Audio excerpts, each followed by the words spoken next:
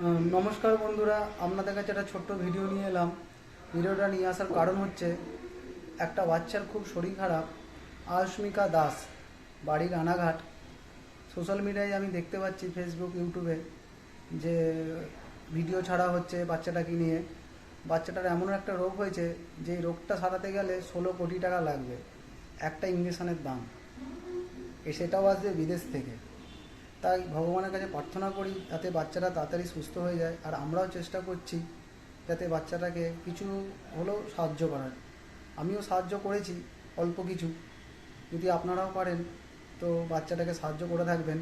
আর আমি কিউআর কোডটা দিয়ে রেখেছি, কিউআর কোডটা প্লিজ আপনারা ভালো করে ভেরিফাই করে দেখে শুনে পাঠাবেন। এটাই বলে আমি ভিডিওটা শেষ করছি। এই সেই ছোট্ট বাচ্চাটি তোমরা সবাই দেখতে পাচ্ছ। এই তার মা বাবা, কত ফুটফুটে একটি বাচ্চা।